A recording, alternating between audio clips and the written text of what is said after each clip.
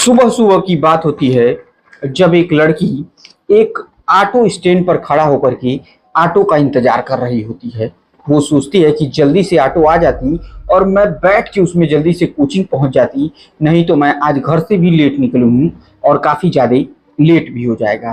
तभी उस दरमियान एक बाइक से, जो बाइक काफ़ी महंगी होती है, एक लड़का रुकता है और पूछता है कि आप इतनी परेशान दिख रही हैं, क्या मैं आपकी कोई मदद कर सकता हूँ? तो कहती है कि हाँ, अगर आप मुझे मेरी कोचिंग तक पहुंचा देते तो बहुत अच्छा रहता, क्योंकि आज मेरा बहुत ज़्यादा लेट हो चुका है। ये बात सुनते ही वो कहता है कि ठीक है, आइए बैठ जाइए, मैं आपको अभी आपकी कोचिंग 2 मिनट में पहुंचा देता हूँ। और वो लड़की उस बाइक वाले की गाड़ी पर पीछे बैठ जाती है और वो जल्दी से जल्दी उसे कोचिंग पर ले जाकर पहुंचा देता है। फिर वो उसे धन्यवाद कहती है और वापस अपनी कोचिंग में पढ़ने चली जाती है। आखिरकार वो पूछता है रास्ते में कि आप निकलती कितने बजे हैं। वो बताता है कि मैं इतने बजे निकल के आऊंगी और फिर चली जाऊंगी, आप परेशान मत होइएगा। और जैसे ही वो अपने उस टाइम के बाद से उस कोचिंग से बाहर आती है तो सामने देखती है कि वो लड़का फिर एक बार वही गाड़ी लेकर के वहां पर खड़ा है। अब जैसे ही वो इस चीज को देखती है, उसके पास जाती है और कहती कि क्या बात है, आप अभी तक गए नहीं? वो कहता है कोई बात नहीं, मैं इधर ही से अभी गुजर रहा था, मैं सोचा आपको फिर उसी स्टैंड तक छोड़ दूंगा। और ऐसे ही करते करते वो उस लड़की को ले जाकर फिर उसी ऑटो स्टैंड के पास छोड़ता है। अब ऐसा 2-3 दिनों तक लगातार होता है।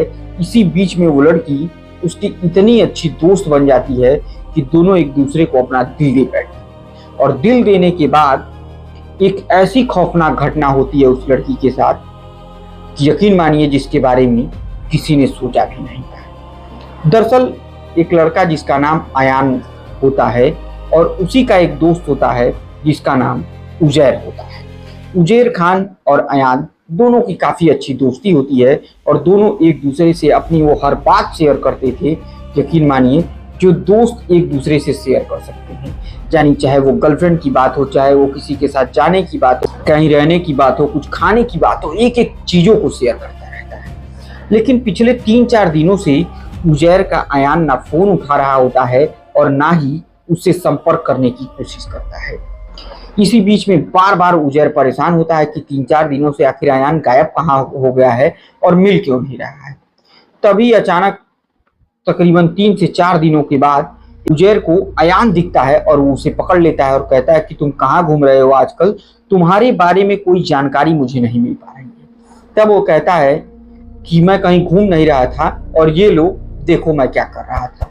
और वो अपने मोबाइल में कुछ चीज़ें दिखाता है उजैर को, जिसे देखने के बाद वो हंसने मुस्कुराने लगता है और कहता है कि वाह, तुम इसके चक्कर में पड़े तो मुझे भूल गए, लेकिन यार तुमने इतनी सुंदर और हसीन लड़की फंसाई तो फंसाई कहाँ से? काफ़ी अच्छी लग रही है ये मुझे। और यही सब चीज़ों को लेकर दोनों के बीच में बातचीत शुरू होने लगती है और ये कहानी यहीं से एक नया मोड़ ले लेती। यानी ये मोबाइल का अयान जो उजैर को दिखाता है वो किस तरीके से उसे अब सलाखों के पीछे पहुंचाएगा और उसके साथ क्या होने वाला है, सब चीज़ों के बारे में अयान ने जरा सा भी नहीं सोचा था। नमस्कार दोस्तों, मेरा नाम आर्यन मिश्रा है और आर्यन क्राइम स्टोरीज में आपका स्वागत है। आज की कहानी ऐसी कहानी है जिसे सुनने के बाद आप 10,000 बार सोचेंगे। लड़कियां इतनी पागल हो चुकी हैं कि वो किसी के साथ कहीं चली जा रही हैं, वो अपने आप को समझ नहीं पा रही हैं कि वो उसका किस तरीके से मिसयूज करेगा, क्या करेगा। उनको उन सब चीज़ों से मतलब नहीं है। शायद ये ज़माना ऐसा बढ़ता चला जा रहा है कि हम चकाचौंध में इतने खोते चले जा रहे हैं कि कौन हमारे साथ क्या कर रहा है हम उस पर ध्यान ही नहीं दे रहे हैं। आज की कहानी भी कुछ ऐसी है। 9 और 10 अप्रैल 2026 की बात है, जब एक वीडियो महाराष्ट्र प्रदेश के 10 अप्रैल 2026 की बात है, जब एक वीडियो व्हाट्सएप, इंस्टाग्राम और टेलीग्राम के माध्यम से महाराष्ट्र का एक इलाका पड़ता है, पारवाड़ा, अचलपुर और अमरावती, इन्हीं सब जगहों में नागपुर होते हुए काफ़ी ज़्यादा वायरल हो रहा होता है। और ये वीडियो जैसे ही लोगों के फ़ोन में आता, लोग देखते, तो उस वीडियो में एक आश्चर्यचकित करने वाली चीज़ होती है। वो आश्चर्य ये होता है कि एक लड़का, जो हर वीडियो में वही एक लड़का होता है, लेकिन लड़कियां हर बार बदल जाती। कभी बुर्के वाली लड़की दिखती, कभी दुपट्टे वाली लड़की दिखती, कभी लड़की के बदन पर कोई कपड़े नहीं होते। तो इस तरीके से अलग अलग फोटोग्राफ्स और वीडियो वायरल हो रहे होते हैं, जिनकी संख्या, वीडियो की संख्या ऐसा माना जा रहा है कि 17 से 18 के बीच के आसपास, और जो फोटोग्राफ्स होते हैं वो 38 से 40 के आसपास होती हैं। ये सब चीजें जैसे जैसे वायरल हो रही होती हैं, लोग एक दूसरे को दिखाते और मजे लिया करते। लोगों का काम भी यही है। लेकिन आखिरकार धीरे धीरे ये वीडियो किसी तरीके से वहां के माननीय लोगों के पास जाकर पहुंचता, यानी क्षेत्रीय नेता, विधायक, इन सब लोगों के पास जब ये वीडियोग्राफ्स और फोटो पहुंचते हैं तो वो लोग इस पूरे घटनाक्रम को संज्ञान में लेते हैं और पुलिस को इस पूरे घटनाक्रम की जांच करके मामले का पता करके खुलासा करने का आग्रह करती है, जिसके बाद पुलिस हरकत आती है और मुखबिरों को एक्टिवेट किया जाता है।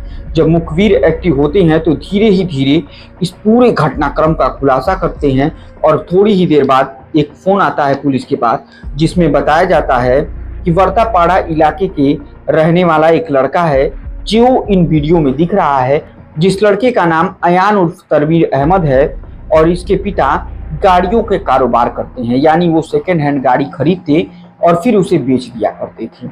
और ये तनवीर अहमद यहीं एक कॉलेज में पढ़ता है, अचलपुर के कॉलेज में, और ये सेकेंड ईयर का छात्र है। जैसे ही इतना पुलिस को पता चलता है, तुरंत पुलिस कार्रवाई करती है और अचलपुर के उस कॉलेज के बाहर खड़ी रहती है। जैसे ही तनवीर उर्फ अयान कॉलेज से बाहर आता है, उसे तुरंत गिरफ्तार कर लिया जाता है और गिरफ्तार करने के बाद पुलिस उसे थाने लाती है और जांच पड़ताल शुरू किया जाता है। जैसे ही माननीय यानी विधायक और नेता लोगों को पता चलता है कि अब वो लड़का गिरफ्तार हो चुका है, वैसे ही वो लोग इस पूरे घटनाक्रम को थोड़ा और बड़े लेवल पर प्रसारित करना शुरू करते हैं और इस पूरे घटनाक्रम में जल्द से जल्द कार्रवाई की मांग करने लगते हैं और इसकी जानकारी सूबे के मुख्यमंत्री तक पहुंच जाती है। जैसे मुख्यमंत्री को इस तरीके की घटनाक्रम और बच्चियों के वायरल हो रहे वीडियोस के बारे में पता चलता है, उस पर सख्त से सख्त कार्रवाई करने का जिले के कप्तान को निर्देश देते हैं। और जैसे ही ये निर्देश आता है, पुलिस बिल्कुल एक्टिव हो जाती है और जांच पड़ताल शुरू की जाती है, क्योंकि मामला सीएम तक पहुंच चुका होता है। जांच पड़ताल के लिए एक बेहद ही संवेदनशील टीम बनाई जाती है और जिसमें एक आईपीएस, 10 पुलिस अफसर और तकरीबन 36 पुलिस कर्मियों को लगाया जाता है और घटना की बारीकी से तफ्तीश करने को कहा जाता है। जब इस घटना की बारीकी से तफ्तीश की जाती है, तब उस वीडियो में जो कमरे को लोग ध्यान से देखते हैं कि जब जब इन लड़कियों का चेहरा बदलता है, वो कमरा एक ही होता है। पुलिस पूछती है उससे, अयान से, सख्ती से, कि बताओ तुम ये सब वीडियो जो बना रहे थे या फिर जो भी तुम कर रहे थे, इन सब वीडियो में किस जगह का तुम उपयोग करते हो और ये जगह कहाँ पर स्थित है। तब वो बताता है कि कटोरा नाका स्थित एक कमला रेजिडेंस होता है, उसके 3rd फ्लोर पर मैंने एक कमरा किराए पर ले रखा है और इन सब चीज़ों का मैं वहीं पर ये शूट करता था और सारी लड़कियां भी वहीं पर बुलाता था। तब उसके मोबाइल को हिरासत में लेकर पुलिस पूछताछ करती है और जब वीडियो रिकवर किया जाता है तो तकरीबन 180 लड़कियों के साथ तकरीबन 350 वीडियो, अश्लील वीडियो, जिसमें न्यूड होता है, कभी कपड़े पहने हुए, कभी बुर्के पहने हुए, इन सब वीडियो का खुलासा होता है। और इसके बाद पुलिस उस कटोरा नाका स्थित कमला रेजिडेंशियल पर पहुंचती है और उस कमरे की तलाशी लेनी शुरू करती है, जहां पर भारी मात्रा में बहुत कुछ चीजें मिलती हैं जो संवेदनशील होती हैं, जिनकी जानकारी पुलिस अभी तक हम लोगों के साथ साझा नहीं करती है, यानी लोगों के बारे में नहीं बताती है। और आसपास के लोगों से जब पूछा जाता है तो बताते हैं कि हमने तो मकान मालिक से पहले ही कहा था कि आखिरकार इस लड़के में कौन सी ऐसी चीज है जो बार बार हर दिन अलग अलग तरीके की लड़कियों को लेकर के यहाँ पर आता है, जिसमें कुछ बालिग, नाबालिग, इस तरीके की भी लड़कियां आती जाती रहती हैं। लेकिन जितनी भी लड़कियां आज तक इस फ्लैट में आई हैं, सबके चेहरे पूरी तरीके से ढके रहते हैं, ज्यादातर बुर्के में और कुछ दुपट्टे में भी अपने चेहरे को ढककर यहाँ पर आया करती थी। उसके बाद कुछ वक्त वो इन कमरों में बिताया करता था और उसके बाद उन्हें ले जाकर उनके गंतव्यों पर छोड़ दिया करता था। आए दिन लड़कियां बदलती रहती हैं। अब पुलिस ये पूछती है कि ये बताओ, तुमने ठीक है ये सब काम किया, लेकिन इस वीडियो को वायरल तुमने कैसे किया। तब वो एक अपने दोस्त का नाम लेता है, जिसका नाम उजैर खान होता है। वो बताता है कि उजैर खान नाम का एक लड़का होता है जो मेरा दोस्त होता है, और वो इस वीडियो को उसने ही टेलीग्राम, इंस्टाग्राम और व्हाट्सएप पर वायरल किया है, क्योंकि वो मेरी इस कामयाबी से जलता था। तब पुलिस उसके बारे में पूछना शुरू करती है। तब वो बताता है कि मेरी सबसे पहली लड़की जिसका मैंने शिकार बनाया था, उसका मैंने वीडियो बनाया और वो देखने में काफी हसीन और खूबसूरत थी, उसकी वीडियो मैंने उसको दिखाया। फिर एक कथित अखबार की माने तो दोनों के बीच में कंपटीशन लग गया, यानी उजैर और अयान के बीच में कंपटीशन लगा कि सबसे ज्यादा लड़की कौन फंसाएगा और सबसे ज्यादा वीडियो कौन बनाएगा।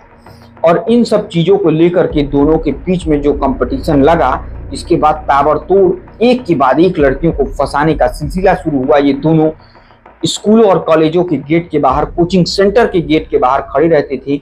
जैसे ही लड़कियां जरा सा भी भाव देती, उनको महंगे महंगे गिफ्ट दिया करते थे और एक के बाद एक दोनों ने फंसाना शुरू किया और उन्हें अपना शिकार बनाना शुरू किया।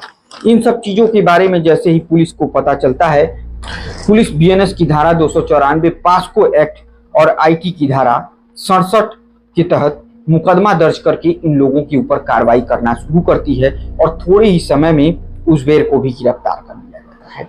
और गिरफ्तार करने के बाद अब दूसरा पूरा इन लोगों से जांच पड़ताल शुरू होता है। कुछ वीडियो में तो चेहरे नहीं समझ में आते हैं क्योंकि बंधा रहता है, लेकिन कुछ वीडियो में ये चेहरे बिल्कुल अच्छी तरीके से दिख रहे होते हैं। पुलिस अब और लोगों की इस पूरे घटनाक्रम में जांच पड़ताल शुरू करती है कि तुम्हारे साथ इसमें और कौन कौन लोग शामिल थे, उनके भी नाम बताओ। काफी देर के बाद दो और नाम इस पूरे घटनाक्रम में सामने आते हैं, मोहम्मद साहब और तबरीज खान। ये दो लोगों के और नाम लेने के बाद वो उन दोनों लोगों को भी पुलिस उठाती है और जो इंटरनेट और व्हाट्सएप के माध्यम से जो वीडियो पाए जाते हैं, वो उसमें तकरीबन 18 वीडियो और 37 फोटोग्राफ्स होते हैं। और इन लोगों को जैसे ही पता चला कि पुलिस को इस पूरे घटनाक्रम की जानकारी मिल गई और सारे फोटो और वीडियो वो सब अपने मोबाइल से डिलीट करने में लग जाती है। लेकिन बावजूद उसके पुलिस अपनी आईटी सेल को लगाकर इन सारी ज्यादा से ज्यादा वीडियो को रिकवर करती है, फोटो को रिकवर करती है और लड़कियों की शिनाख्त शुरू की जाती है, जिसमें अब तक तकरीबन 8 लड़कियों की पहचान की जा चुकी है। लेकिन एक विडंबना देखिए दोस्तों कि इस पर नेता, वहां के लोग काफी आक्रोशित हैं और सारे लोगों ने कहा कि जल्द से जल्द भारत सरकार को इस पूरे घटनाक्रम में शामिल होकर के इन दोषियों को सीधे फांसी की सजा दी। लेकिन जिस कमरे में ये कांड होता है, उसके मालिक को वहां पर रहने वाले लोगों ने कई बार बताया, एक नहीं दो नहीं बल्कि 85 लड़कियों को ये लड़का ले आता है, आप इसे यहाँ से निकाल कर बाहर निकालें। यहाँ तक कि पुलिस जो इसे कमरा दिलाया था उसके ऊपर भी कार्रवाई कर चुकी, लेकिन अभी तक जिसका वो घर था उसके ऊपर कार्रवाई नहीं होती है। ये एक सवालिया निशान है, क्योंकि वो कहता था कि हमें पैसे से मतलब है, हमारे फ्लैट में कौन क्या कर रहा है उसे मुझे कोई मतलब नहीं है। ये मकान मालिक के शब्द हैं जो वहां के लोगों ने बताया। और उसके बाद जब इन सब चीजों की जानकारी पुलिस और तह तक पहुंचती है, तो अभी तक किसी लड़की ने इस मामले में कोई शिकायत नहीं किया। उसके बाद पुलिस ने यह फैसला लिया कि जो भी इन 180 लड़कियों में से कोई भी लड़की अगर इनके खिलाफ शिकायत दर्ज कराती है दोनों की, तो उनका पहचान पूर्ण रूप से गुप्त रखा जाएगा, किसी से कुछ नहीं बताया जाएगा और खाली आप शिकायत करिए, सजा दिलाने का काम हम करेंगे क्योंकि हमारे पास सबूत पर्याप्त है। लेकिन अभी तक किसी ने शिकायत दर्ज नहीं कराई। और तो और दोस्तों, पुलिस ने उन सभी लोगों को हिदायत दी है, जिस किसी ने भी ये वीडियो देखा, अपने मोबाइल में रखा है, वो उसे तुरंत डिलीट कर दें। अगर किसी को ये मोबाइल से सेंड किया गया यानी भेजा गया या शेयर किया गया, तो उसके खिलाफ भी वही कार्रवाई की जाएगी जो आयान खान और उजबैर खान के खिलाफ की जा रही है। यानी उसी तरीके का पास्को एक्ट लगाया जाएगा अगर किसी ने इस वीडियो को इधर उधर शेयर किया। इस पूरे घटनाक्रम को सुनने के बाद मैं तो अंदर से बिल्कुल हिल गया कि बताइए, कम से कम उन लड़कियों को तो दिमाग होना चाहिए था कि अगर उनका कपड़ा उतार करके कोई वीडियो बना रहा है तो उनको इन चीजों का सख्त विरोध करना चाहिए था। और बताइए, वो एक अकेला लड़का आखिर कौन सा ऐसा टिक अपना रहा था जिसमें एक नहीं दो नहीं बल्कि 180 लड़कियों के साथ संबंध बनाया और जिस तरीके से चाहता था उस तरीके से उसका वीडियो भी बना लेता था। तो इस पूरे घटनाक्रम पर आपका क्या विचार है, कमेंट के माध्यम से हमें ज़रूर बताइएगा। और अभी तक जो भी लड़कियां इस पूरे मामले में शिकायत मुकदमा नहीं दर्ज करा रही हैं, उनसे विनम्र निवेदन है कि उसमें इन्वॉल्व हों, शिकायत दर्ज कराएं ताकि दोषियों को सजा मिले। और आप लोग इन वीडियो को ज़्यादा से ज़्यादा शेयर कीजिए ताकि इस घटनाक्रम से हमारी जो बहन है, हमारी जो बेटियां हैं, वो सुरक्षित रहें और अपने आप को ऐसे दरिंदों के हवाले बिल्कुल ना करें, ऐसे दरिंदों से दूर रहें कि भविष्य में चल के उन्हें मुंह दिखाने के काबिल भी न छोड़े वो लोग। तो इस तरीके से ये थी आज की जुर्म के वर्चस्व की कहानी, जिसमें आपने सुनी कि दो लड़कों ने मिलकर 180 लड़कियों की जिंदगी बर्बाद की, उनके फोटो वीडियो वायरल किए। अब सोचिए, जिन लड़कियों का वीडियो वायरल हुआ होगा, उनकी वीडियो जब किसी अपने जानने वालों के पास पहुंचा होगा, तो क्या वो लड़कियां उन लोगों से अपनी चेहरे को दिखा पाएंगी? किस तरीके से उनको बेइज्जती हुई फील हो रही होगी। तो खैर, ये थी दोस्तों आज की कहानी। इस पर आप अपनी राय जरूर दीजिएगा। इस कहानी को आप कहां से सुन रहे हैं, अपना नाम और पता जरूर बताइएगा, ताकि आने वाली इन घटनाओं में हम आपका नाम ले सकें और बताएं कि आप इस तरीके की घटनाओं में किस तरीके से इंटरेस्ट रखते हैं। तो आज की कहानी को दोस्तों हम यही समाप्त करते हैं। उम्मीद करते हैं हमारी कहानी आपको अच्छी लगी होगी। अच्छी लगी तो कृपया चैनल को सब्सक्राइब, वीडियो को लाइक और वीडियो को ज़्यादा से ज़्यादा शेयर कीजिए। और तब तक के लिए मुझे दीजिए इजाज़त। जय हिंद, जय भारत।